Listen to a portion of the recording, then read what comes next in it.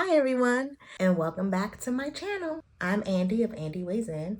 I'm a 40-something entrepreneur navigating the ups and downs of building multiple revenue streams of income, trying to balance and find peace in the process.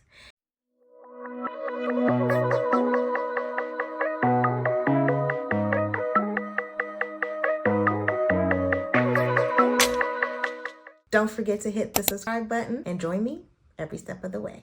So today, I'm going to be talking about how I turn things that people pitch, donate, discard, they don't want it anymore, into profits. I started a reselling business officially this year in 2024. If you don't know my story already, I had a service-based business for over 13 years that I closed in 2023.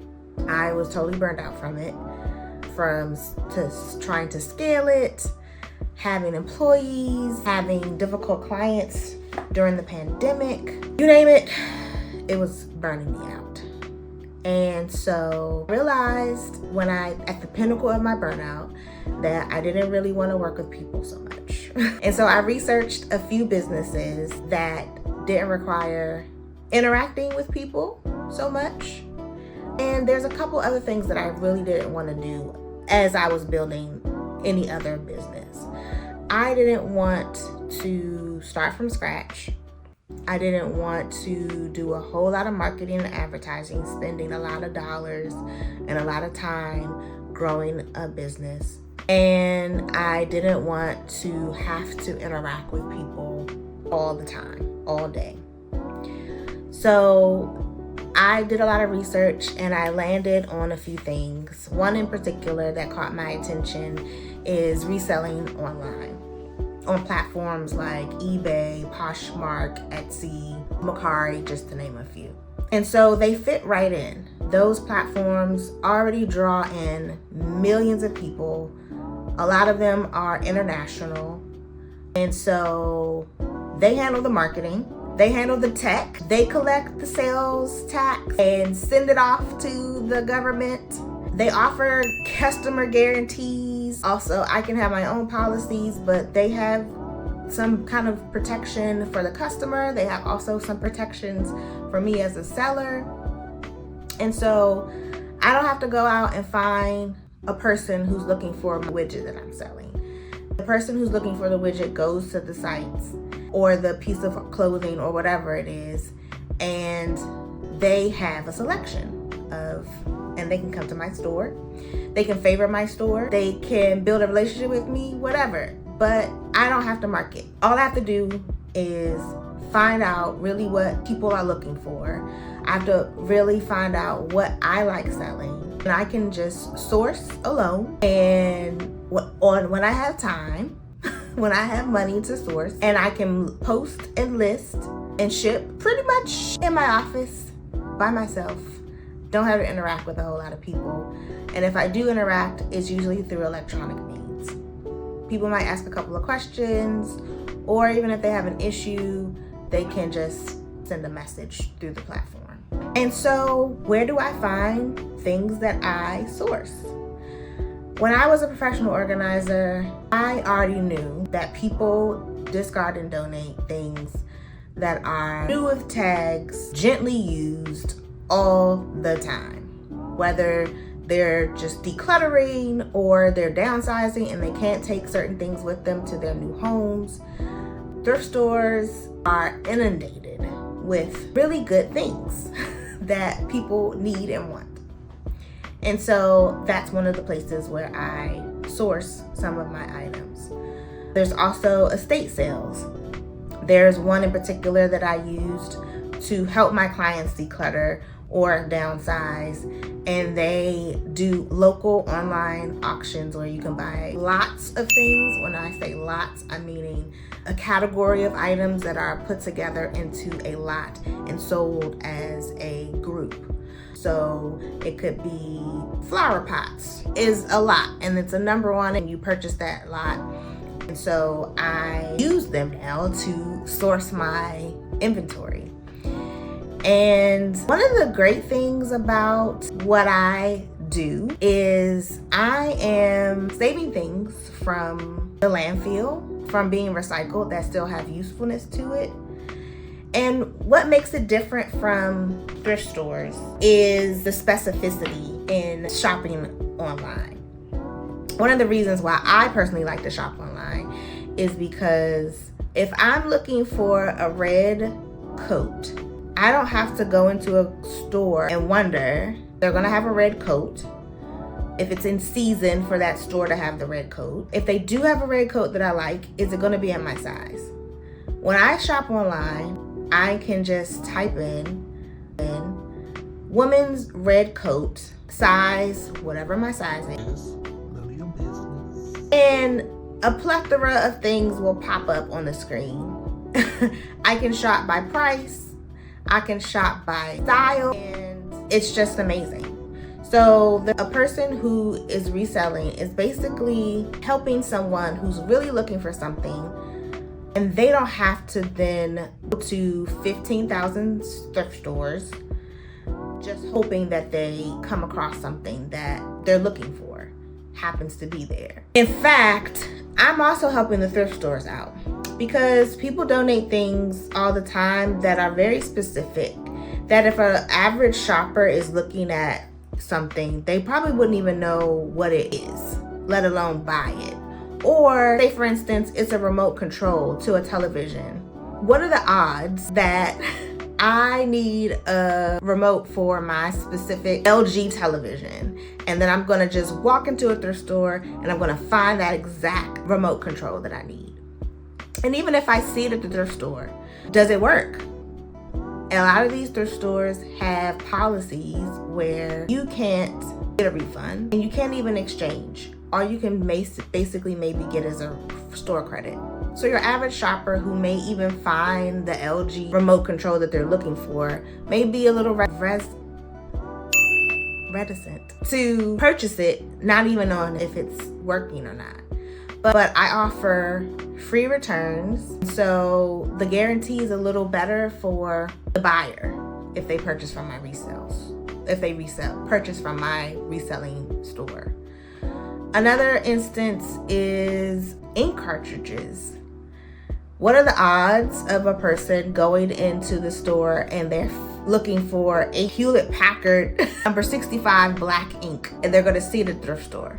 But if someone's going to eBay and they're looking specifically for that, they're marrying someone who doesn't need something. Maybe they purchased the wrong ink cartridge, or they got rid of that printer and they had some left over.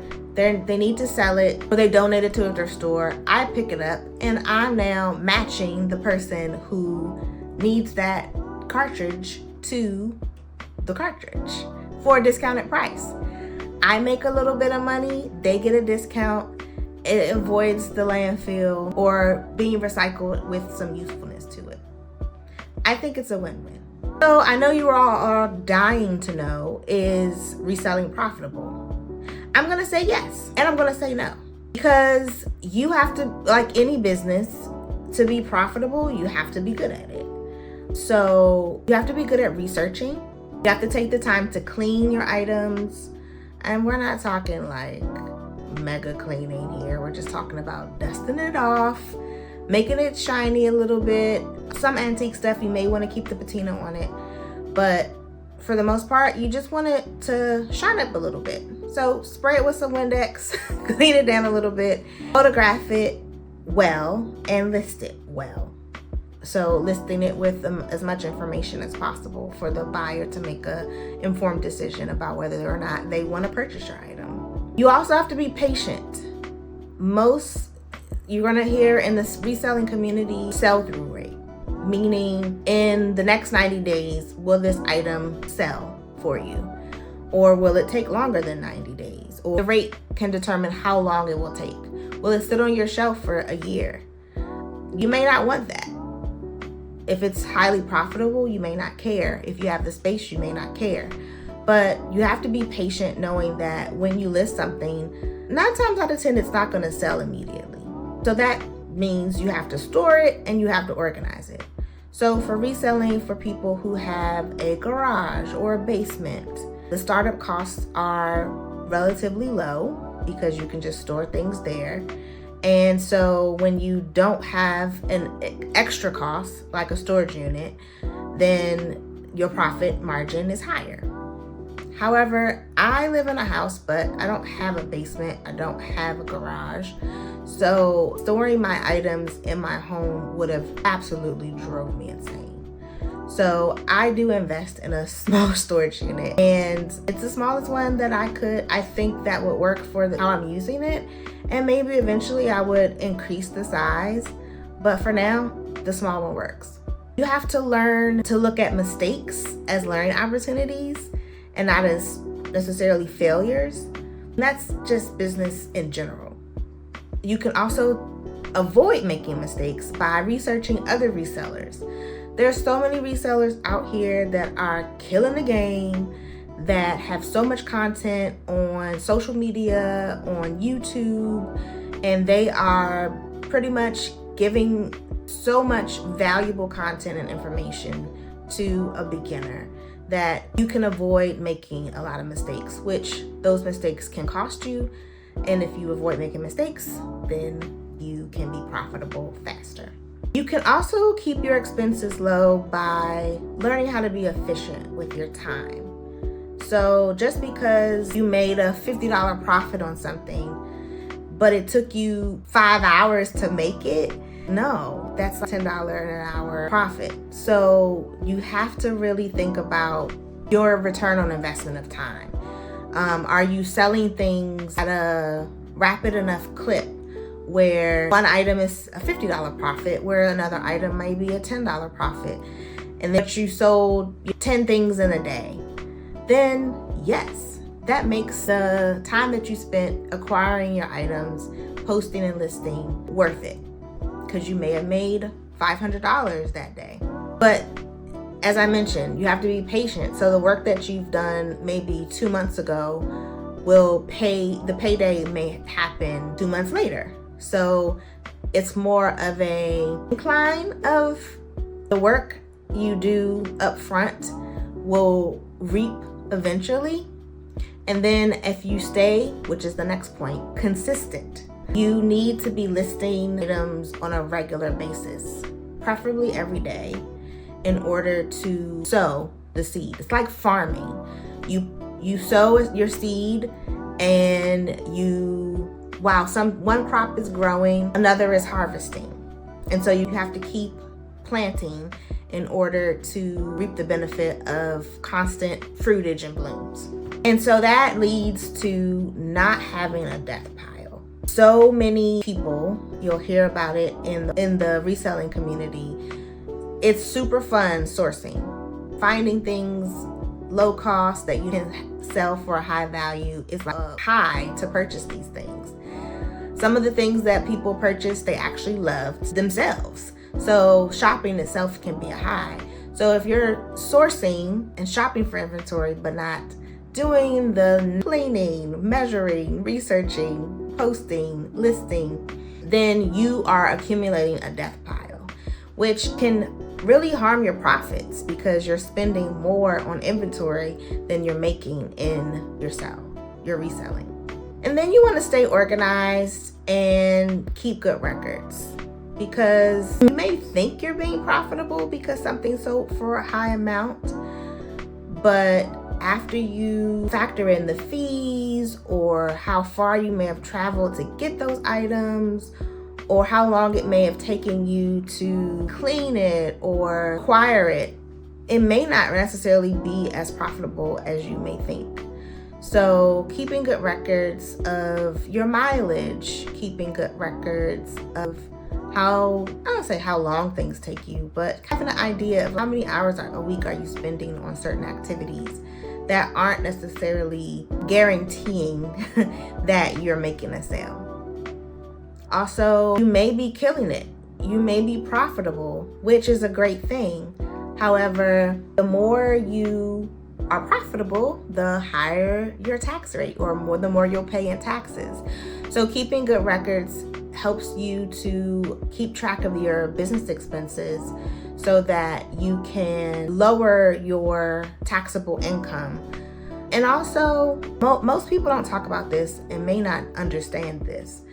But if you aren't profitable in your business with the IRS may then label, after many years of you showing a loss in your business, they may label your business as a hobby. And that then takes away some of the benefits of deducting business expenses. You want to list some profit, but you want to lower it to a point where it's a manageable tax bill.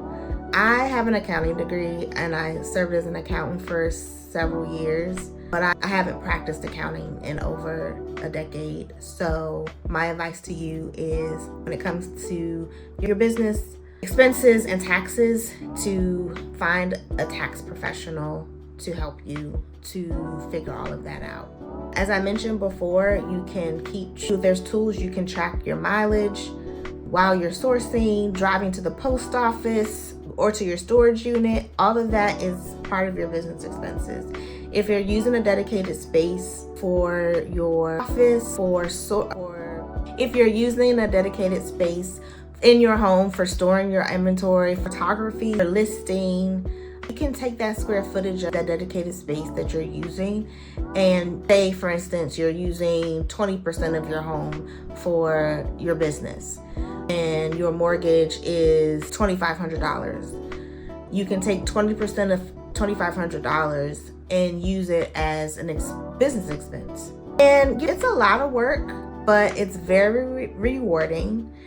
And I get the best cheap inventory from my decluttering clients, online estate sales, where I have to then pack up these items from the spaces that they're from and bring them to my house or take them to my storage unit, research them, clean them again, as I mentioned before, sort through what's sellable, donate what's not. And sometimes researching, it's time consuming, but it's really worth it, because there's some things that I maybe saw in an online estate sale that I was like, ooh, in the picture, I was like, I really want this. But I have to take everything on the shelf, or I have to take everything in the cabinet. And it's something in the cabinet I wasn't expecting to purchase, because maybe it was in its own box or it was hidden in the back.